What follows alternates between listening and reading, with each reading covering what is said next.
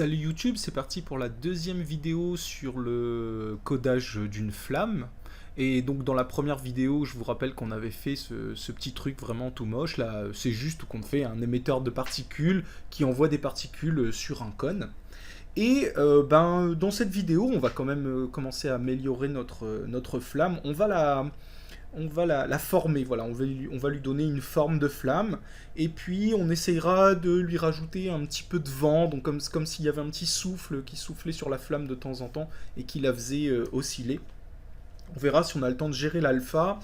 J'ai décidé de faire des vidéos qui durent environ une demi-heure, comme ça vous n'avez pas besoin de m'écouter raconter mes délires pendant trop longtemps. Je trouve qu'une demi-heure c'est pas mal, on a le temps de faire deux trois petits trucs quand même, et puis c'est pas trop long.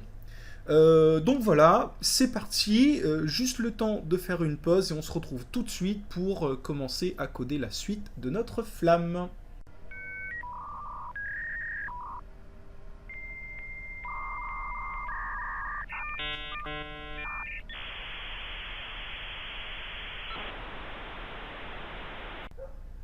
Allez hop, c'est parti, on va améliorer notre flamme. Donc pour l'instant, notre flamme, elle ressemble... on va faire des petits schémas d'abord avant de coder, on va essayer de comprendre ce qu'on veut faire. Donc pour l'instant, notre flamme, si je faisais un gros zoom sur la flamme et que je disais qu'elle commençait là, donc là c'est les coordonnées XY de notre flamme, elle a une forme de cône comme ça.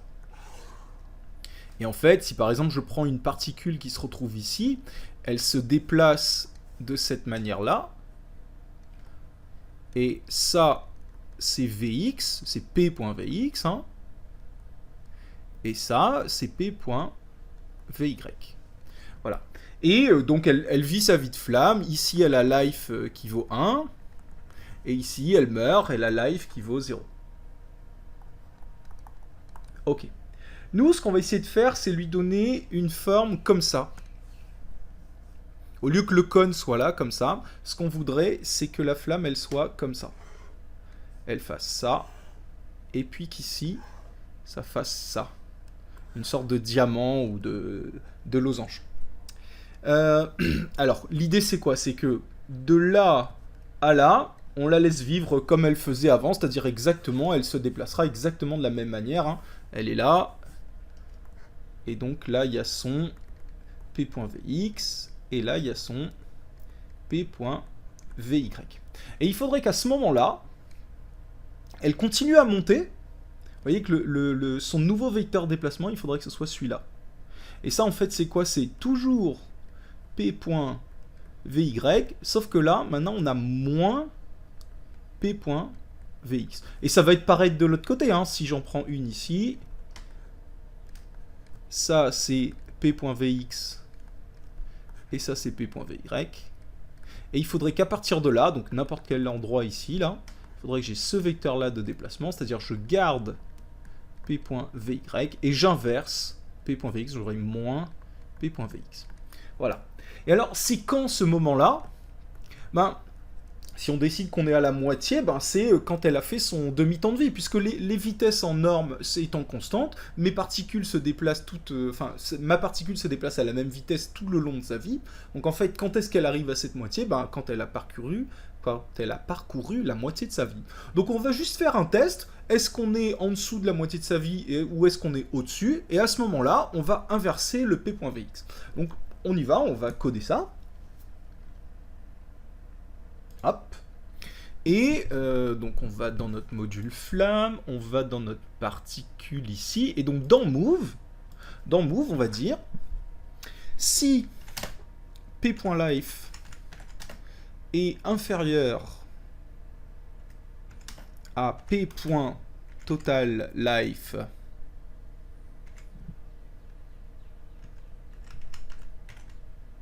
divisé par 2, donc si P.life a dépassé la moitié de la vie, je vous rappelle que life commence au début et on le décrémente au fur et à mesure, on lui enlève de la vie. Donc quand elle est plus petite que la moitié de sa vie totale, et c'est à ce moment-là qu'on va inverser le .Vx. Donc on va faire, alors, P.Vx égale moins P.Vx. J'ai raté le moins. Voilà. Et on peut tester, on va voir ce que ça donne. Alors vous voyez que ça marche pas très bien. Ça fait bien la première partie, là ça va bien comme ça. Et puis après à la moitié, ça part tout droit. Alors que moi je voudrais que ça revienne. Alors pourquoi? Bah en fait c'est que à partir du moment où on a dépassé la moitié de la vie, on va rentrer, à chaque frame, on va rentrer là-dedans. Donc en fait, à chaque frame, il va passer son temps à inverser PVX et moins PVX. Donc en fait, notre particule, elle va passer son temps à faire ça. Au lieu de... Donc elle va partir comme ça tout le long, là. Et à la moitié de sa vie, elle va faire... Au lieu de faire tout le temps comme ça, elle va faire comme ça, comme ça, comme ça, comme ça, comme ça, comme ça, comme ça, chaque delta time, et donc on aura l'impression qu'elle monte. Donc en fait, il faut qu'on se rajoute un petit paramètre, un petit booléen qui dit est-ce qu'on est dans la première phase ou est-ce qu'on est dans la deuxième phase. Du genre, par exemple, un booléen qui dirait est-ce qu'on a déjà changé de direction ou pas. Donc on pourrait se faire un booléen qui dit change direction, il vaudrait faux au départ, et puis dès le moment où, à la première fois, on inverse la direction, eh ben, on change ce booléen, comme ça on rentrera plus dans le test et elle ira bien dans le bon sens. Donc faisons ça. Ici, on va se rajouter un p.changeDir qu'on va mettre à faux.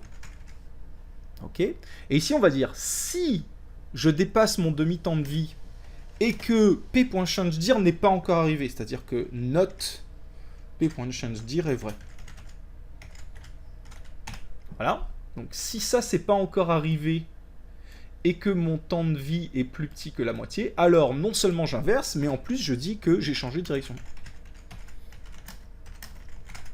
Et du coup, je rentrerai plus H24 dans la boucle, dans le test, je rentrerai qu'une seule et unique fois, parce que ça m'empêchera de rentrer plusieurs fois dans le test. Et là, ça y est, vous voyez que là j'ai la flamme qui revient, peut-être pour mieux voir. Ce qu'on va faire, c'est qu'on va pas mettre 4, on va mettre 3.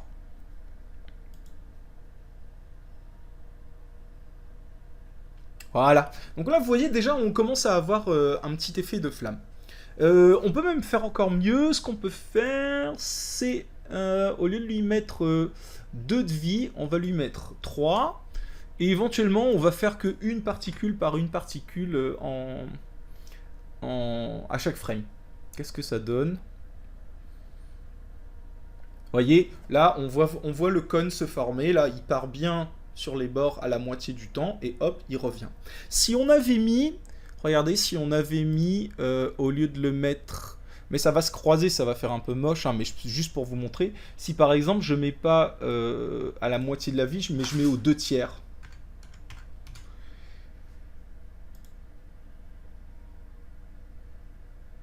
Et ben, vous voyez que ça se recroise après, c'est normal, puisque bah, les particules, il faudrait qu'on les... ou alors qu'on change la pente. Donc c'est vraiment celui qui marche le mieux, c'est vraiment moitié-moitié, quoi. Ça marche bien du fait que la particule, elle a la même vitesse, et donc là où elle a commencé, la première partie, c'est vraiment... en fait, la moitié du temps correspond à la moitié du trajet. Voilà, c'est ça qui marche bien. Donc remettons notre divisé par 2, et ça nous fait notre belle flamme. Ok. Donc ça c'est réglé. Maintenant je vais vous parler de l'effet un peu de vent que je voudrais mettre dans la flamme. Alors pour faire ça, je vais vous expliquer ça sur le petit paint là. Donc reprenons une page vide. Et pour l'instant, notre flamme, elle fait, disons que j'ai une particule qui la plupart du temps a une direction, un angle qui est égal à moins pi sur 2, plus ou moins un petit epsilon qui est random et qui donne justement cet effet de cône comme ça. D'accord ? Et l'idée, ça serait que de temps en temps, on aura un petit random qui va dire est-ce qu'on déclenche du vent ou pas. Et donc quand ce random sera activé, il faudra que pendant un certain laps de temps, l'angle principal ne soit plus moins pi sur 2, mais soit un angle un petit peu penché. Donc peut-être que de temps en temps, quand un random va s'activer, on aura non plus une direction qui sera en moins pi sur 2 comme ça, mais on aura une flamme qui partira plutôt comme ça. et pendant un certain laps de temps. Donc on aura les anciennes particules qui, elles, feront comme ça, et les nouvelles particules feront comme ça. Ce qui fait que ça créera une sorte de trou, là. Je vais prendre du verre. Ça créera une sorte de trou, comme ça, qui fera comme si la particule, elle partait un peu plus vers la droite. Et bien sûr, de toute façon, quand elle aura fait la moitié de son chemin, elle va revenir à l'intérieur, comme ça. Et puis, on pourrait imaginer, dans l'autre sens, hein, qu'à un autre moment... Donc au lieu d'avoir cette fois-ci comme ça, on dira que l'angle principal, la direction principale, sera plutôt comme ça. Donc cette fois-ci, on aura un creux plutôt à ce moment-là, et les autres particules, elles seront donc comme ça, comme ça, comme ça, et comme ça. Donc qu'est-ce qu'il nous faut pour faire ça? Il nous faut un petit random qui va décider quand est-ce qu'on fait... du vent ou pas. Et puis il faudra une sorte de timer de vent, parce que ça il faudra le faire pendant un certain laps de temps, le passage là. Il faut que ça dure assez longtemps pour que... c'est-à-dire il ne faut pas que ça dure qu'une frame, parce que si ça dure qu'une frame, il n'y aura qu'une seule particule qui prendra cette direction, et après la flamme reviendra en place. Donc il faut qu'il y ait plusieurs particules qui soient émises avec cette nouvelle direction. Donc il nous fera une sorte de time wind, qui ne doit pas durer trop longtemps, hein, parce que vous voyez que notre particule, elle vit elle vit 3 secondes, je crois, mais 2 ou 3 secondes. Donc moi, j'étais parti sur 0,2 secondes ou 0,3 secondes. Il nous faut ça, il nous faudra une sorte de dé, une sorte de chance, qui sera un random. Et en gros, donc ce que j'ai dit, c'est que si chance, donc chance, ce sera un nombre entre 0 et 1, aléatoire, hein, un random entre 0 et 1. On dit si chance est plus petit que, disons, 5%, on déclenche un vent de droite, par exemple. S'il est compris entre 5% et 10%, chance, on déclenchera le vent de gauche. Et dans les autres cas, donc si chance est plus grand que 10%, eh ben on fera le normal. C'est-à-dire ce qu'on a déjà codé. Donc voilà, ça serait ça l'idée. Et ben vous savez quoi, c'est parti. Donc, je reviens là-dessus. Et il faut aller dans flamme. Flamme. Il ne faut pas faire ça dans particules, c'est la flamme qui gère le vent. C'est sur la flamme qu'il faut gérer le vent. Donc ici, il faut se mettre une sorte de notre timer de vent, là, un truc du genre flamme.timeWind, qu'on va mettre à 0,2, 0,3. Voilà, ça c'est le temps que dure le coup de flamme, le coup de vent. Et dans l'update, avant de fabriquer nos particules, vous voyez qu'à cet endroit-là, on a un flamme.angle qu'on a toujours mis, pour l'instant, on n'a jamais touché, hein, il vaut moins pi sur 2. C'est-à-dire qu'en fait, ici, pour l'instant, on pourrait mettre moins pi sur 2 et ça ne changerait pas notre code. Et justement, à cette partie-là, là, juste avant qu'on fabrique nos particules, c'est là qu'il va falloir dire combien vaut flamme.angle ou pas. Donc, en gros, ça marche comme ça. Si, en fait, il y a du timer dans flamme.timeWind, c'est qu'on applique du vent. Et donc, on va faire baisser ce timer. Et dès qu'il y aura plus de temps dans flamme.timeWind, on va dire, est-ce qu'on rajoute du vent à tel endroit ou pas, ou est-ce qu'on fait vivre la flamme normalement? Donc, ça va donner un truc du genre, si flamme.timeWind égale 0, alors on va faire des choses. Sinon, ça veut dire qu'il n'est pas égal à 0, et donc je vais enlever du temps à flamme.timeWind, et si mon flamme.timeWind arrive en strictement négatif, je vais le mettre à 0, du coup je vais arriver dans le if le coup d'après. Donc là, j'enlève du temps à flamme.timeWind, donc moins le delta time, et je dis si flamme.timeWind est strictement négatif, alors flamme.timeWind égale 0. Et je ferme, et je ferme. Donc là, qu'est-ce que j'ai? j'ai un if qui dit quand mon temps de wind est terminé, je vais voir comment je vais gérer ma direction. Et sinon, c'est que je suis en timer de win, donc je fais baisser mon flamme.timeWin, et donc pendant ce laps de temps, il ne se passe rien et mes directions ne vont pas changer. Et c'est ici que je vais faire mon calcul de direction. Alors, c'est ici que je lance mon dé. Donc je vais me faire en local, je vais me faire une sorte de chance, qui sera un love.mat.random. Du coup, ça c'est un nombre entre, donc c'est un float, entre 0 et 1. Et suivant la valeur de ce dé de chance, eh ben, je vais déclencher ou pas du vent, c'est-à-dire que je vais changer l'angle de ma flamme. Un truc du genre. Si ma chance est strictement plus petit que 0,05. 0,5. Donc si je fais quelque chose de plus petit que 5%.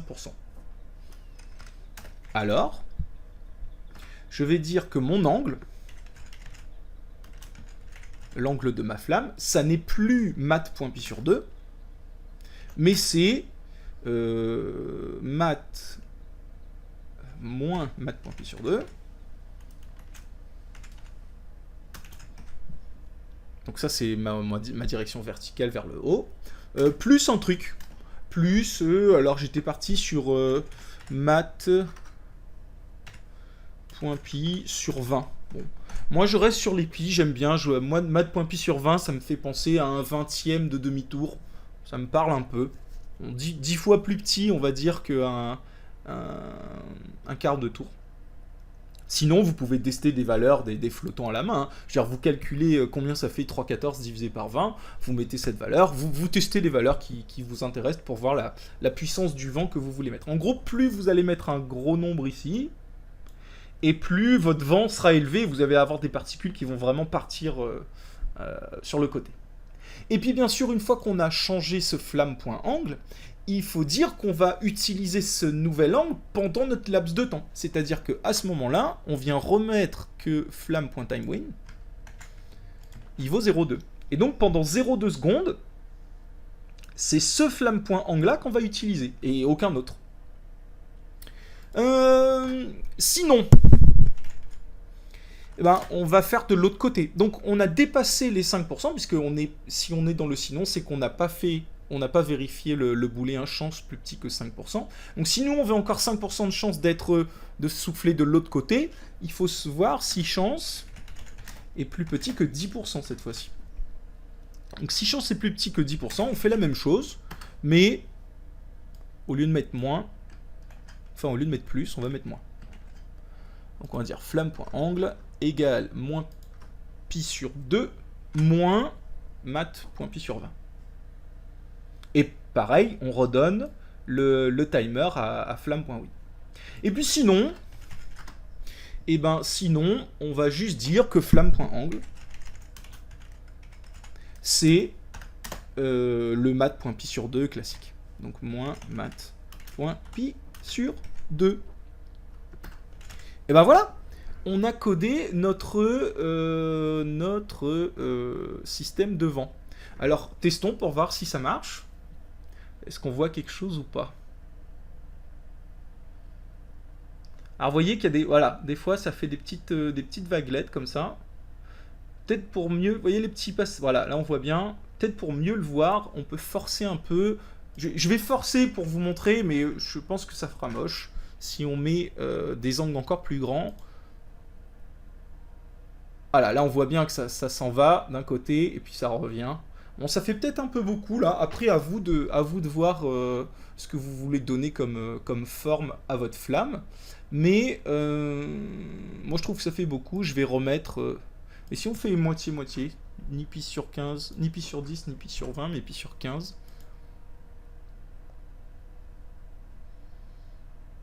C'est pas mal là. C'est pas mal. Écoutez, pourquoi pas, on peut peut-être laisser comme ça.